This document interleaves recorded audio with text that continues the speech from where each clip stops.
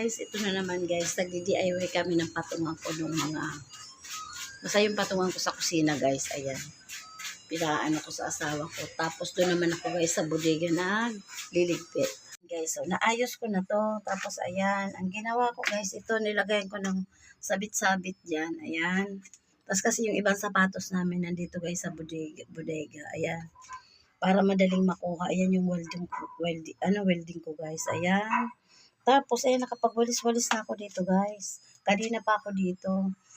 Ayan, tapos ito. Ako nag-aayos dito, guys, sa bodega namin. Ayan yung mga gamit-gamit ko dyan, guys. Ngayon, naisipan ko naman siya, guys, na walisan. Ayan. So, guys, magwalis-walis muna ako dito. Walisan muna natin. Hindi na to, guys, natuturahan. Itong bodega ko.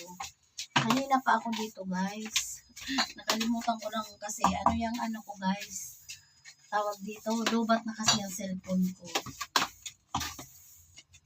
Madami ako na nagawa dito guys. So, ayan. Yung ibang dito guys, tinapong ko na. Ayan guys, okay na siya. Nawalisan ko na. Ayan guys, sira na tong isa kong electric pan. Hindi ko alam kung naayos kasi natanggal yung pinaka-plastic na sa likod. Kasi ito yung pamalingke ko guys sa mga eco bag. Ito yung mga tahi ko pa to guys nung dati nung nag-aano ko, may makina ako. Tapos guys, ayun yung aking isang yung vacuum guys. Kaya lang yung parang pinaka-filter ba yun o nagsasala ng dumi. Sira na siya, kaya ngayon nahanapan ko pa siya. Tapos nilagay ko siya dyan kasi medyo magaan. Itong medyo mabigat guys, ibinaba ko to kasi puro to mga grout. May semento yan na 1 kilo yata dyan guys. Ayan, yung mga tira namin sa paggawa doon sa kusina. Ayan. Dito ko siya inilagay kasi medyo mabigat ito. Ayan, magaan yan guys, kaya pinagpalit ko. Tapos ito na siya guys, oh. Ngayon, magpapalagay pala ako guys kasi sayang to stainless to guys eh. Ilan, maglalagay ako dyan papalagay ko sa asawa ko. Sabitan ulit siya guys. Ayan. Okay, so malapit na matapos. Ayan guys, nagpadagdag ako ng sabitan. Ayan o. Ayan guys, nagpadagdag ako ng sabitan dyan o. Para nakikita ko yung kung mayroon ba ako ng brush at saka itong rolling, rolling pen, ito, tama ba yung pronounce ko guys, ayan o. Tapos yung conding wire, ayan. Kaya nagpadagdag ako ng mga sabitan guys, diba? Tapos yung iba, ito na siya guys, oh. Para nakikita ko, ayan yung welding ko, tapos ito yung ibang gagamitin ko pa yan guys, ayan o. Ayan, yung mga elbow, at saka ayan yung flexible hose. Konti lang naman na kasi yan guys. Kaya ang hinaya ako kasi may mga 1.5 yard pa yan. Tapos ito naman yung aking sa pangbaon sa sa mga ganito guys. Nakalimutan ko ng pangalan. Ayan, ito na guys. Diba? Di na ayos ko guys yung aking bodega. Pag may hahanapin ako, madaling makita. Diba guys? Ngayon, napagawa ko na yung patungan ko guys doon sa loob. Okay na siya. Hindi ko na siya babarnisan guys. Ayan, doon naman tayo sa kusina guys.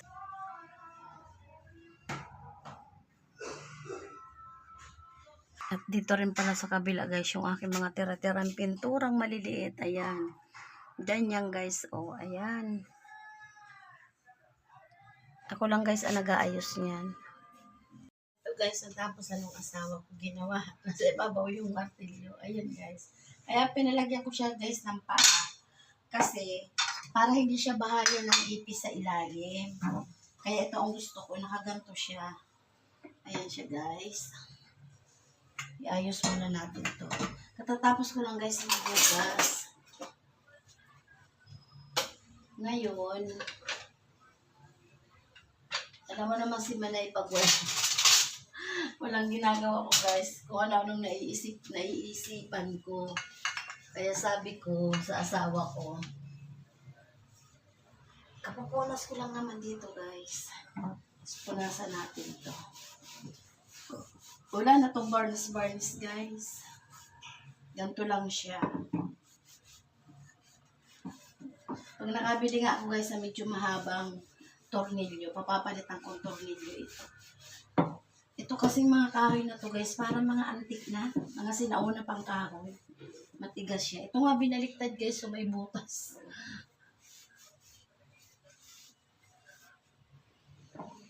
Ayan. Diba guys, ayan ang kaligayahan ni Manay. Ayan, ayan siya. Diba? Tapos, napupunak ko lang kasi dito guys. Tama to guys, lagi na siyang may stock na tubig. Pag nagluluto ako, dito na ko siya guys, kumukuha ng tubig.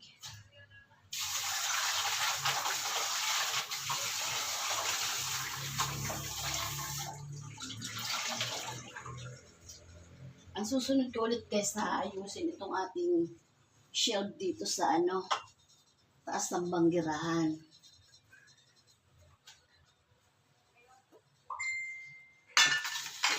Ayan siya guys. Tapos, parang gusto ko maglagay dyan ng konting pahalaman guys. Try natin. Lagay ko lang siya guys sa bote. Kuha muna ako. Tingnan ko lang kung obra. Ito guys, nagkuha akong halaman doon sa terrace. Tingnan natin dito guys kung obra. Kaya lang mahaba pala yung dahon. Mahaba pala yung dahon guys. Dapat medyo maiksi. Ayan.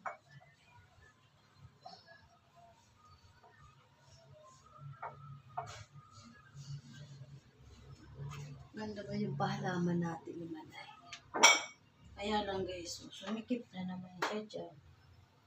Diba? Parang try natin.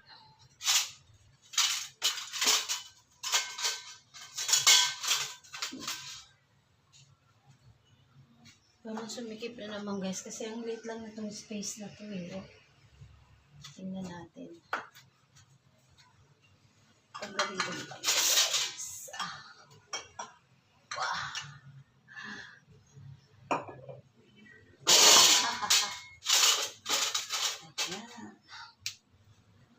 Ayan. Wow. Ang ganda. O, diba guys? Ang ganda. Ang ganda talaga siya pag alam mo guys, mga rustic ba tawag dito? Ayan o. Ang ganda. O, diba guys? Hindi siya babahayan yung ilalim niya ng ipis. Kaya ayan ang gusto ko dyan guys. Tapos ito, dito na lang tayo guys ng pahalaman. Ayan. Hindi naman ito maaano dyan. Hindi na lang magpahalaman si Manay. Tapos ito kasi guys, may mantika pa to. Nilutuan namin ng chicharon. Ayan.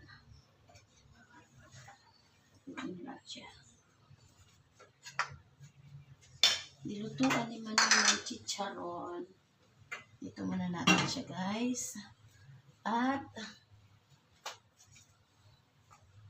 tingnan natin yung ating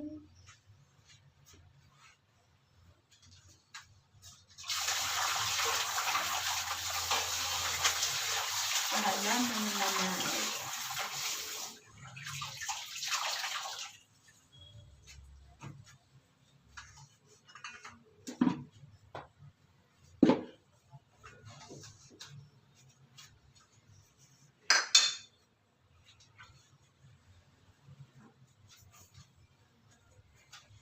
Tapos guys, maglagay tayong asin dito.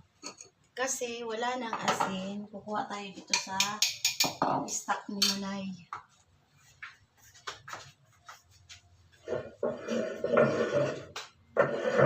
Ito guys, kuha si Manay ng asin.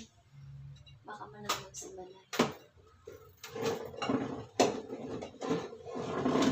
Ayan, ito ang stock ko guys na asin.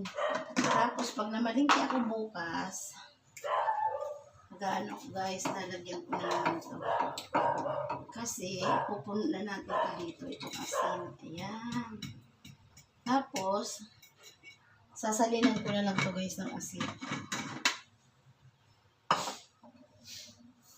Ayan, di ba? Ito ang rock salt ni Manay mga guys. Ayan. Ang Himalayan ko guys, marami pa. Ito, madami pa yung Himalayan ni Manay. Kaya, hindi pa ako nag-order kasi medyo marami pa to guys. Tapos ito, pag mamalaki ako guys, mamaya or bukas, lalagyan ko na stock na yan. Upuan ko nga guys yung medyo mataas na upuan. Ayan na guys, okay na naman yung kaik-ikan ni Manay guys. Ayan o. Ayan. Ayan, may paalaman na si Manay guys dyan o. Ay, ang kaik-ikan ni Manay guys. Ayan. Ayan guys, ito yung pinaguhugasan ko yan kanina guys. Pag natuluan yan, ibabalik ko na yan dito sa ilalim ng ating banggerahan mga guys. Ayan guys, bye guys. See you sa susunod na vlog mga guys. Thank you. God bless. Please subscribe, like, share, and comment. Bye guys. Thank you. God bless po.